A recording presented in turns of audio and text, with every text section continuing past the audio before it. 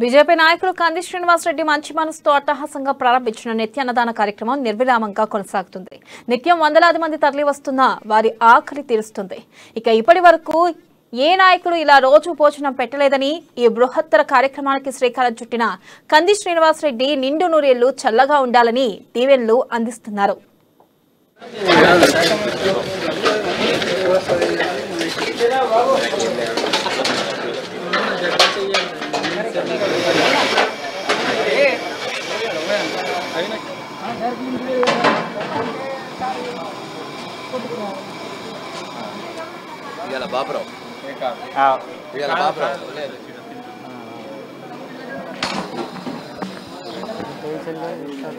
గోట్కూర అండి.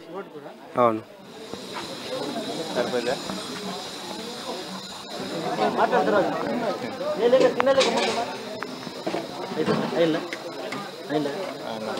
మాట్లాడుతుంటారు.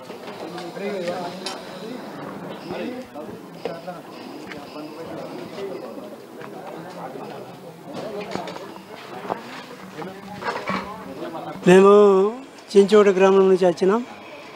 అయితే ఇది చాలా సంతోషం అన్నట్టు అన్నదాన కార్యక్రమం.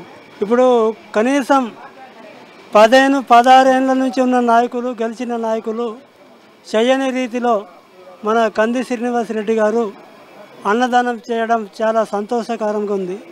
ఎందుకంటే అన్ని ధనుల కంటే అన్నదానం గొప్పదంటారు. వాస్తవంగా మరి కోట్లున్నా కానీ అవిటికి అడగరు.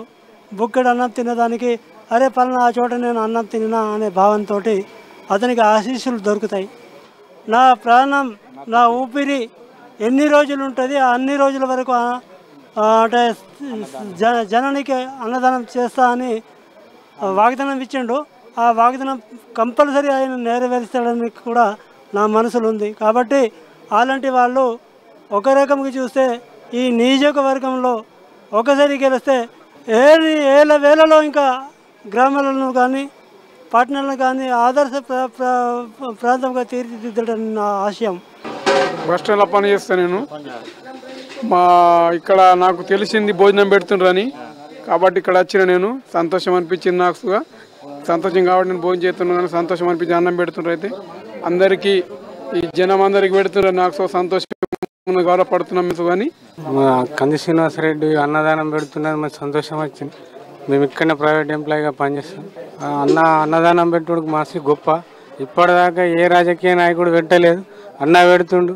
మాకు బాగా సంతోషమే. అంతమంది అందరికి పెట్టాలని ఇంకా కూడా కోరుకుంటున్నాను. నేను ఆటో నడుపుతాను.